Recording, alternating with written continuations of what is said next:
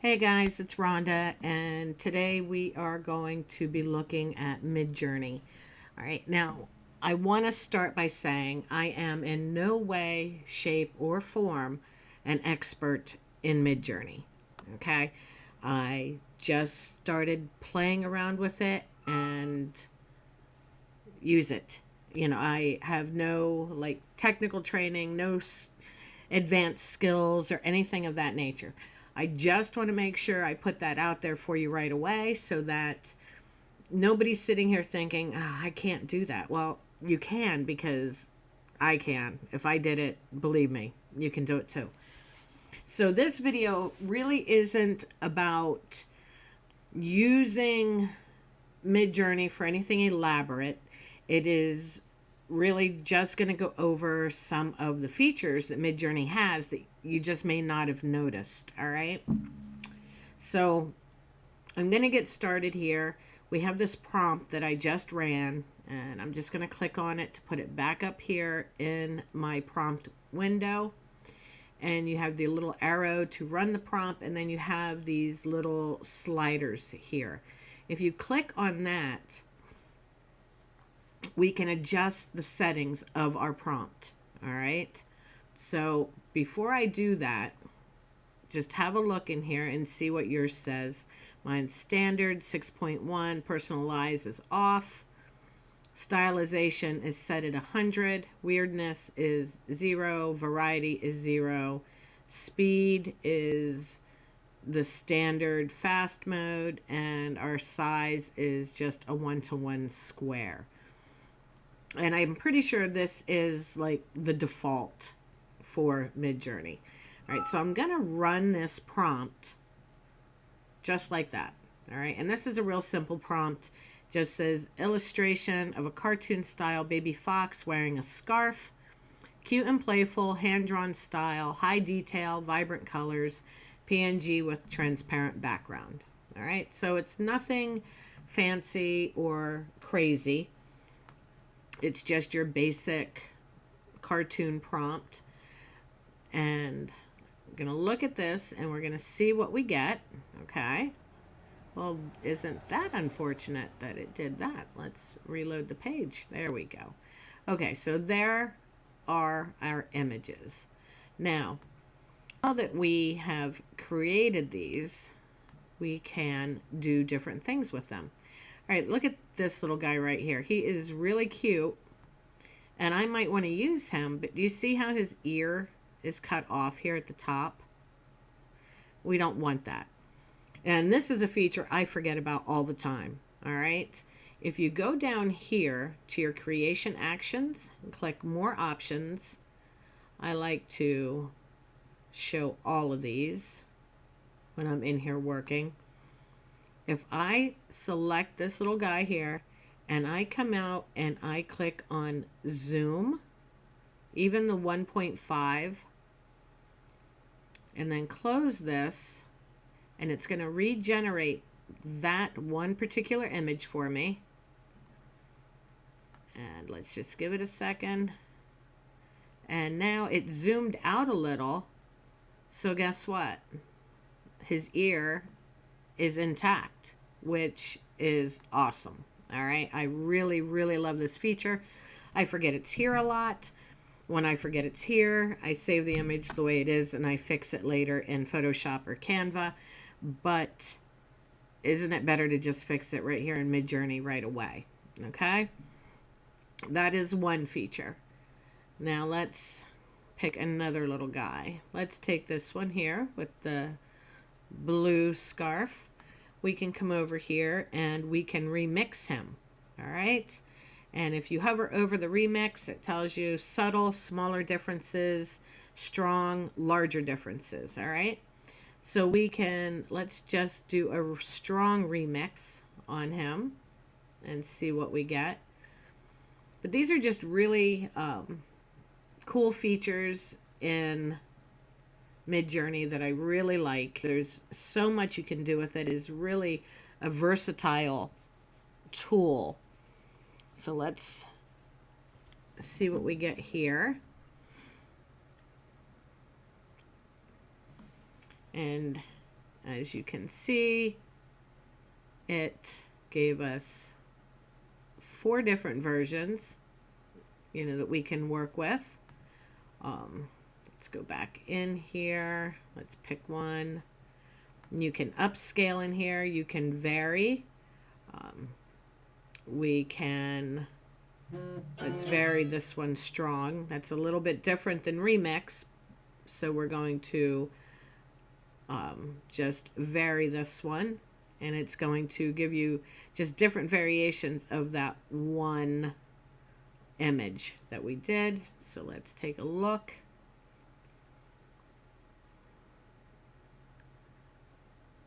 And the vary is good if you want to do like a clip art bundle where you want everything to look similar but a little different. So now we have this little fox who looks almost the same in each one. It's the same style, but we've got different scarves on each one. The eye color is different on a couple of them, which is nice for bundles. All right. Now, if we go back up here, let's put this back up here in our prompt window, and we click on these settings again, we can really change things up. All right. We can stylize more. If we up that to 300 or 400, let's see what we get. And you might want to spend some time in here playing with the different settings and seeing how things come out for you. So now this one was stylized, so we have a little bit of difference in each picture. They're not even, like this little guy has a background, this one doesn't. This one's more photorealistic. This one looks more like an airbrush style. Okay, so we can go in here and let's try this again. Let's put our stylization back. Let's increase the weirdness. Let's put that up to 200 and see what we get. And this is all random.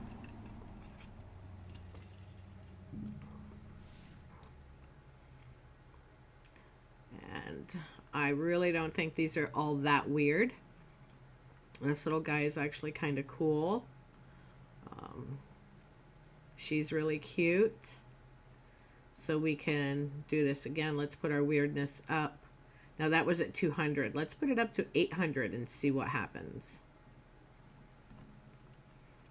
We're going to get a lot of different looks here, which is really fun. And it's a great way. I know people get worried that we're sharing the same prompts. Well, it only takes a little bit to completely change the output of the same exact prompt. So that's really cool. This is definitely different. We've got some definitely different looking designs here from this one. They all look cool. All right, so we're going to go back and we're going to put our weirdness factor back down to 0. And now we're going to go with variety, or our chaos parameter. And with the chaos parameter, it's going to give you different styles. All right, we might get one that comes back in like a cottagecore style, one that comes back in a vaporwave, one that comes back in steampunk. So we get a lot of different looks with the chaos. So let's see what we're going to get here with chaos, or variety, depending on what you want to call it.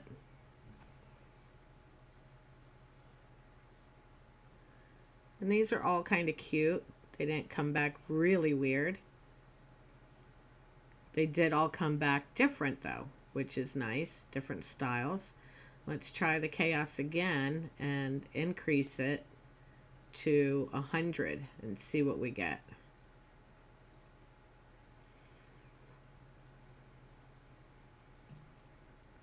Give it just a second to do its thing.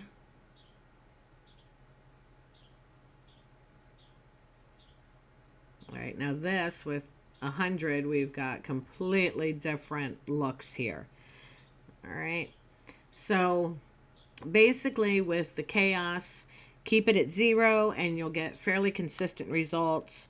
You can up it to 25, 30, something like that, and you'll get a little bit of variations. Obviously at 100, we get some really crazy results, you know.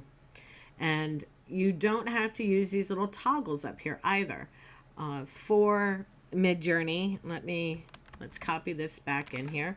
If I wanted to set my chaos to 25, I would just go --C 25, and that will give my chaos level 25. You can put parameters in that way without opening up the options box, but I think it's just as easy to open up the box and do it that way. Now these are kind of cute.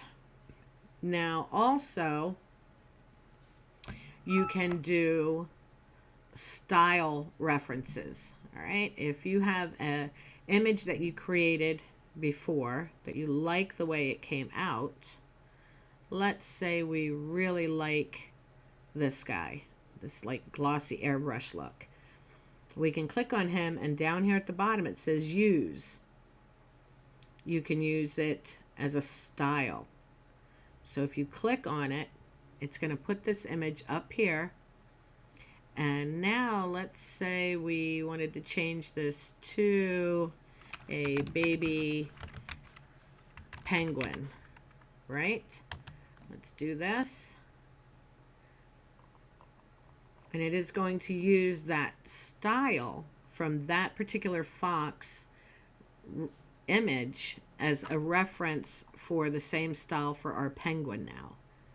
So we should get like the glossy airbrush type image, and that is exactly what we got, which looks really cute, very cute. Let's go here and grab another one so I can show you that it can change. You just using that as a style reference will make all the difference. How about this little guy? He looks cute, so let's use him. And let's paste this in, but we're doing a baby penguin again. All right, let's scroll back up here. And this time it should be more like the style of the last fox we put in. All right. Let's see here. And it is. It's more bold and bright, and the lines are more like a drawing. Okay. Now here's another feature I really love about MidJourney. I know we talk about how we can parallel prompt in my designs. Well, if I am here and I really like this prompt and I want to scale this prompt out for, let's say, 5 or 6 different animals, I just put a bracket and then I put the animals that I want to use, that I want it to generate in here with commas between them. So I have deer, bear, rabbit, let's do hedgehog, and skunk, and then put a bracket on the end of that. And when I hit enter now, it is going to submit all of those at one time. Now I can only run, I believe, 3 at a time. So while the first 3 are running, anything over that will be in queue. But as soon as this one completes, the next ones will start, and you can generate an entire series of images with one prompt. All right. So that's something I really, really like about MidJourney. The cute little hedgehogs and skunks. Adorable. Adorable. Alrighty. So let me think if there's anything else. Oh, and the versions. There are different versions of MidJourney. Okay. So let's go back to our first prompt, our illustration of the cute baby fox. And this time, instead of running it in version 6.1, let's run it in 5.2 and see what it looks like. And this will take just a minute. There we go. And it is going to look really not a lot like what we're getting from version 6.1. Here we are really getting a cartoon baby looking fox for sure. All right, and now let's do this again. Let's open this up and let's go with Niji. Niji is really good with like illustrations and things like that. So an anime. So let's run it under Niji or Niji, however you want to pronounce it, and see what we get from that. So you can use the different versions depending on what you're going for, what look you're wanting. If you just change the version, that will really change your output. And you can definitely see this has some anime vibes to it, at least a couple of these, which is cute. All right, and let's go here. And you can go anywhere from 6.1 all the way back down to MidJourney 2. I predominantly use 5.2 and 6.1 depending on what I want my images to look like. And just changing those versions will make a huge difference. So if you have a prompt and you run it and you're, that looks okay, but can I change it a little bit? Of course you can, just by changing either the style, the stylization, the weirdness, the chaos, or even something as simple as changing the version or changing it from standard to raw. That will make a difference too. So let's try this in 6.1 raw and see what we get. Just a second.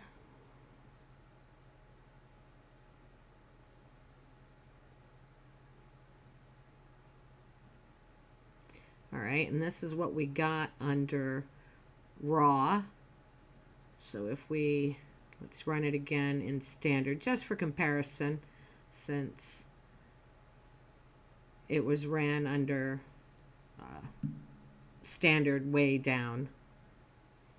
All right, and this is the 6.1 standard.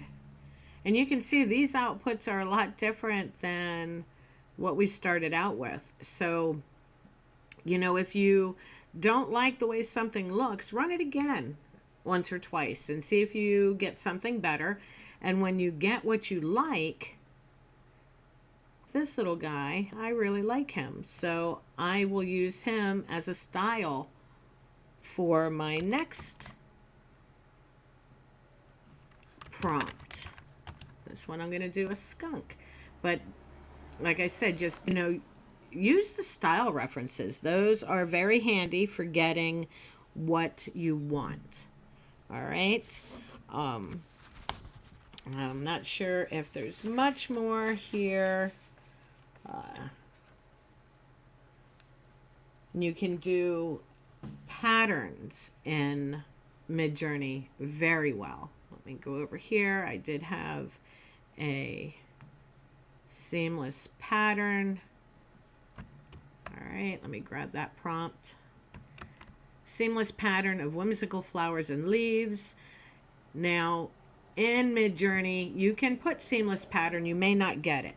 But if you definitely want to have a seamless pattern, to the end, just add -- tile as a parameter. And you will absolutely get a seamless pattern when you do that. In fact, let me open up my pattern checker quick so I can show you that we will have seamless patterns just by using the tile parameter.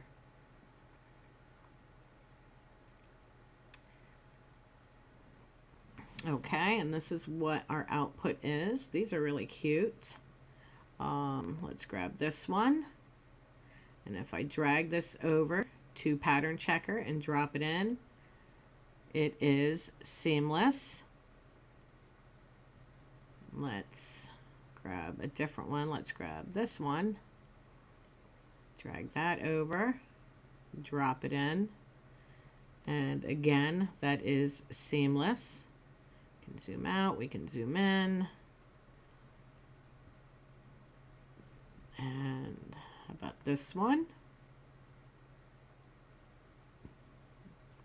But there you go. Just by using the tile parameter, you can ensure that you get a seamless pattern.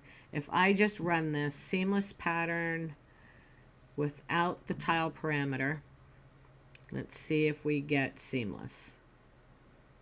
Okay, and this is what it gave us. Let's look. Let me drag this over. And it is not seamless. It is not. So just by asking for seamless pattern doesn't mean you're going to get seamless pattern. To ensure a seamless pattern, always add your tile parameter. All right. Let's take this one. Yep, none of these are actually seamless. You can see the seams very easily. But when I added the tile parameter, we absolutely got our seamless design. All right. So I hope you guys found this helpful. One of the biggest things I like about MidJourney is the multi-prompting, where I can add the brackets and just add more information here and just hit enter and let it run all of them at once. I like that. I really like my tile parameter to make seamless patterns. And I just think you can get such a wide variety of images and styles and things like that from MidJourney just by playing with your settings in here, and also how you can fix images. That's one thing I did forget to show you. Okay, like this little guy, he is cute, but it looks like he has two tails. So we can go down here and click on editor, and we can erase this tail, that extra tail, and over here I would just put remove no tail.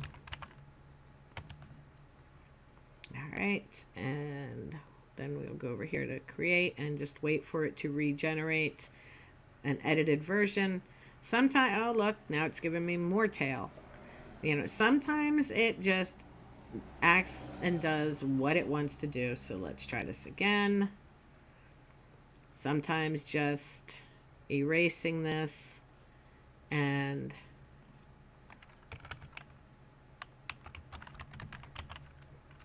try that again. Nope. Just make it empty. Nope, prompt can't be empty. All right, baby fox with scarf. Let's do that. And sometimes you just have to tinker till you get what you want. It is artificial intelligence. It's not infallible. It's going to make mistakes. And boy, it is just absolutely determined to give this fox two tails.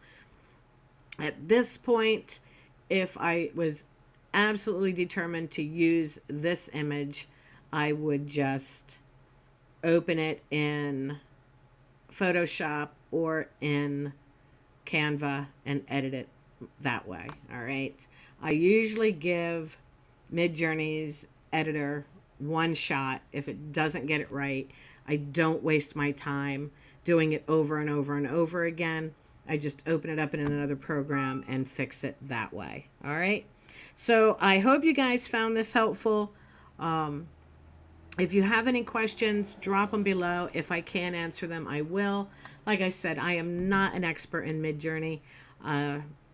Completely self-taught. I have no special skills in writing and prompt engineering, nothing like that. I just do it. I just write down, I just enter what sounds good, what comes to mind, and we get prompts from that. Alrighty? So, like I said, if you need anything, let me know in the comments, and I'll see you guys next time.